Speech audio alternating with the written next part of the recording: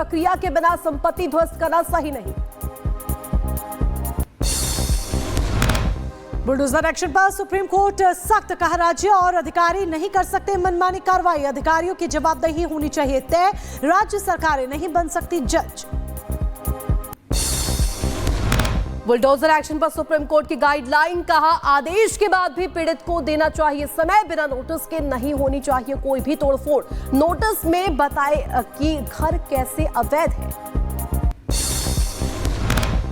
Bulldozer action पर supreme court का फैसला, कहा तोड़फोड़ की कार्रवाई की हो वीडियोग्राफी, तोड़फोड़ की रिपोर्ट ऑनलाइन डाली जाए। बटेंगे तो कटेंगे पर शिवराज सिंह का बयान, कहा जुड़ेंगे तो जीतेंगे, बिखरेंगे तो बर्बाद होंगे, हम बांटने में नहीं करते भरोसा, देश को बांटना चाहता है इंडी गठबंधन। हम बांटने में भरोसा नहीं करते, कांग्रेस, जेएमएम, इंडी गठबंधन की पार्टियां देश को बांटना चाहती है। मतदान के बाद केंद्रीय मंत्री शिवराज सिंह चौहान का बयान, कहा झारखंड में चल रही परिवर्तन की लहर बेईमान घुसपैठियों के संरक्षण वाली सरकार को उखाड़ फेंकना चाहती है जनता। बीजेपी नेता दीपक प्रकाश ने विपक्ष पर बोला हमला, कहा भारत को कमजोर करने की हो रही है साजिश, झारखंड को भ्रष्टाचार मुक्त बनाना है। जो भारत विरोधी शक्तियां हैं, देशद्रोही शक्तियां हैं, वहां पर फिर से सक्रिय होकर के भारत को कमजोर करने की साजिश रच रही है। बीजेपी नेता शुभेंदु अधिकारी का बड़ा दावा, कहा मतदान में हिस्सा लेने से रोकने के लिए बीजेपी के नेता को किया गया हाउस अरेस्ट, टीएमसी और ममता पुलिस किस हद तक गिर सकती है। पश्चिम बंगाल के भाटपारा में गोलीकांड, फायरिंग के बाद की गई तस्वीर सामने आई है, सब कुछ बिखरा नजर आया, जांच पड़ताल में जुटी टीम। दिल्ली से वांटेड शूटर मोगली हुआ गिरफ्तार, 4 नवंबर को व्यापारी के घर पर फायरिंग की थी, शूटर के पास से हथियार भी हुए बरामद। और दिल्ली में एनकाउंटर हुआ, गैंग का शूटर मोगली का एनकाउंटर हुआ, एनकाउंटर के दौरान शूटर के पैर में गोली लगी, कई बड़ी वारदातों को अंजाम दे चुका है ये शूटर। यूपी लोक सेवा आयोग के खिलाफ अभ्यर्थियों का प्रदर्शन जारी, पुलिस ने 11 अभ्यर्थियों को किया गिरफ्तार, प्रदर्शन के दौरान अभ्यर्थियों ने कोचिंग का पोस्टर था फाड़ा, शिकायत के बाद पुलिस का एक्शन। बांग्लादेशी घुसपैठ मामले को लेकर के ईडी ने 2 बांग्लादेशी और 1 भारतीय नागरिक को किया गिरफ्तार।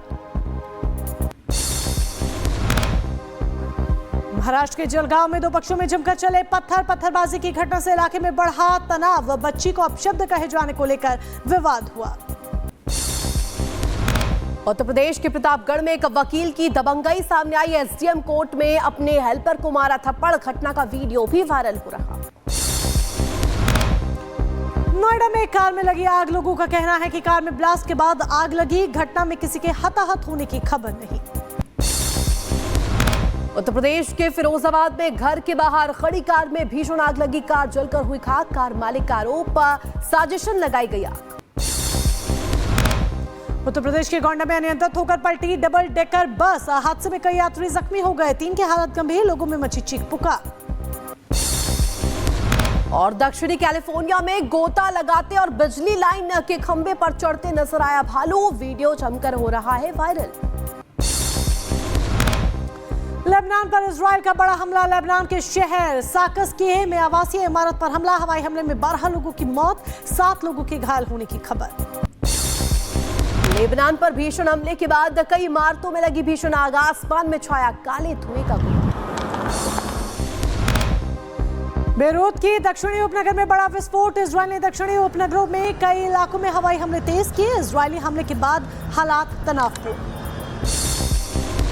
इजरायल और हिजबुल्लाह के बीच युद्ध जारी, इजरायल ने बेरूत में की बमों की बारिश, धमाकों की आवाज से दहला लेबनान।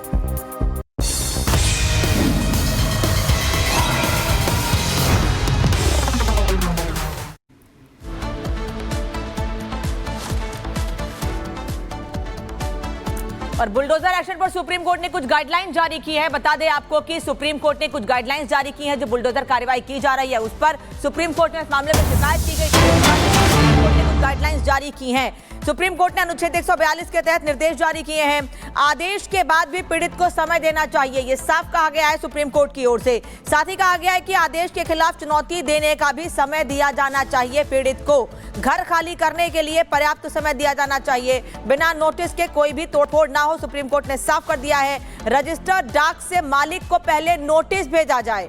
नोटिस रिसीव होने के बाद 15 दिन का समय दिया जाना चाहिए। नोटिस रिसीव होने पर कलेक्टर डीएम को सूचना भेजी जाए। कलेक्टर डीएम ध्वस्तीकरण को लेकर नोडल अधिकारी नियुक्त करे। सुप्रीम कोर्ट ने यह साफ कह दिया है, अधिकारियों की मनमानी बर्दाश्त नहीं की जाएगी। सुप्रीम कोर्ट ने यह साफ कहा है, बिना नोटिस के कोई भी तोड़फोड़ ना हो, सुप्रीम कोर्ट ने यह साफ कह दिया है। और साथ ही यह भी कहा गया है कि रजिस्टर्ड डाक से पहले नोटिस भेजा जाए और प्रॉपर एक पोर्टल बनाया जाए। उस पोर्टल को बनाने के लिए भी एक समय दिया गया है कि प्रॉपर 3 महीने के लिए पोर्टल बनाया, 3 महीने के भीतर पोर्टल बनाया जाए और उस पर जानकारी अपलोड की जाए कि यह नोटिस इस दिन भेजा गया था, उसके बाद इतना समय दिया गया, उसके बाद जवाब नहीं मिला या सेटिस्फैक्टरी आंसर नहीं मिला, जो भी था वो पूरी जानकारी पोर्टल पर देनी होगी और उसके बाद ही कार्रवाई की जा सकती है। यानी सुप्रीम कोर्ट ने कुछ गाइडलाइंस तय कर दी हैं बुलडोजर एक्शन को लेकर। दरअसल जमीयत उलेमा के साथ साथ कई याचिकाएं कोर्ट में लगाई गई थी बुलडोजर कार्रवाई को लेकर। उत्तर प्रदेश समेत राजस्थान, मध्य प्रदेश, अलग अलग जगहों पर बुलडोजर एक्शन हुआ था, जिसको लेकर ये शिकायत की गई थी। कोर्ट गए थे, सुप्रीम कोर्ट गए थे और सुप्रीम कोर्ट ने आज गाइडलाइंस जारी कर दी हैं। उस गाइडलाइन में साफ कहा गया है कि रजिस्टर्ड डाक से पहले नोटिस भेजा जाए और पोर्टल पर जानकारी अपलोड की जाए। और अनामिका और अखिलेश जी हमारे साथ लगातार बने हुए हैं। अनामिका, देखिए तमाम टिप्पणियां तो की गई हैं, लेकिन इन टिप्पणियों के जरिए कोशिश यही है कि अधिकारी अपनी जिम्मेदारी सुनिश्चित करें और कहीं ना कहीं ये स्वयं में उन्हें सुनिश्चित करना भी होगा, नहीं तो ये भी कहा गया है कि हर्जाना भरना पड़ सकता है। और क्या कुछ इसके अलावा कहा गया? देखिए अखिलेश जी, यहाँ पे जो मुझे जो समझ में आ रहा है वही समझ में आ रहा है कि इसको बजाय ये कहने की रोक लगाई गई है, इसको ये कहा जाए कि रेगुलराइज कर दिया गया है, नियम तय कर दिए गए हैं, शर्तें तय कर दी गई हैं, कुछ प्रोटोकॉल्स लगा दिए जिसको फॉलो करवाना होगा अधिकारियों को भी, यानी कि कार्यपालिका पे एक तरीके से नकेल कसने का यहाँ पे प्रयास किया गया, जिन पे आरोप लगता है कि मनमानी कर रही है। बिल्कुल सही कहा आपने। इसके 2 पार्ट में अगर देखिए तो ज्यादा आसानी होगी।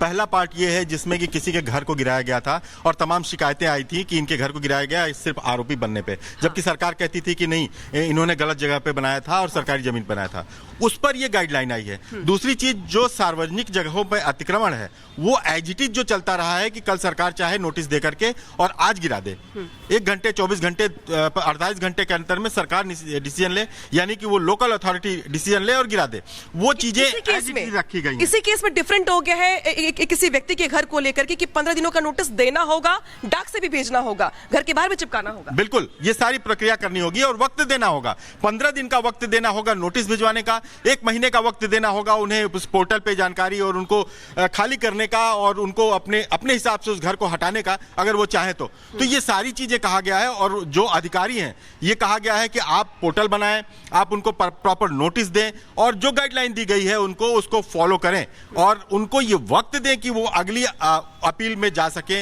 ऊपरी अदालत में जा सके अपनी बात को रखने के लिए। तो ये सारी चीजें तय कर दी गई हैं और ये भी कह दिया गया है कि जो अधिकारी अगर इसको फॉलो नहीं करेगा उस पर जुर्माना भी लगेगा, अगर घर गिरा देता है तो उसको बनवाना भी पड़ सकता है, उसके ऊपर अदालत की अवमानना की कार्रवाई भी चल सकती है। तो ये सारी चीजें तय की गई हैं और विस्तार से तय की गई हैं कि अगर किसी का घर गिराना हो तो इस रूल को फॉलो करना होगा और अगर वीडियोग्राफी भी करानी होगी, बिल्कुल वीडियोग्राफी करानी होगी और उस वीडियोग्राफी को रखना होगा, सिक्योर रखना होगा उस अथॉरिटी को। तो ये सारी चीजें कहा गया है और साथ में ये भी कहा है कि जो अदालत है उसको भी ये देखना होगा कि आखिर ये अवैध है या नहीं है। सिर्फ कार्यपालिका अदालत नहीं बन सकती, अदालत का काम है लोगों को फैसला देना, लोगों को न्याय देना और इंसान का हक है, चाहे वो दोषी भी कितने बड़े अपराध में ना हो क्यों ना हो, चाहे वो कितने भी बड़े अपराध का आरोपी क्यों ना हो, उसका घर इस तरह से गिराया नहीं जा सकता। यानी कि क्राइटेरिया तय नहीं किया गया कि अपराध कितना बड़ा है, अपराधी कितना बड़ा है, माफिया कितना बड़ा है, अगर कोई आरोपी भी है, एफआईआर दर्ज भी है, मुकदमा चल भी रहा है सालों से,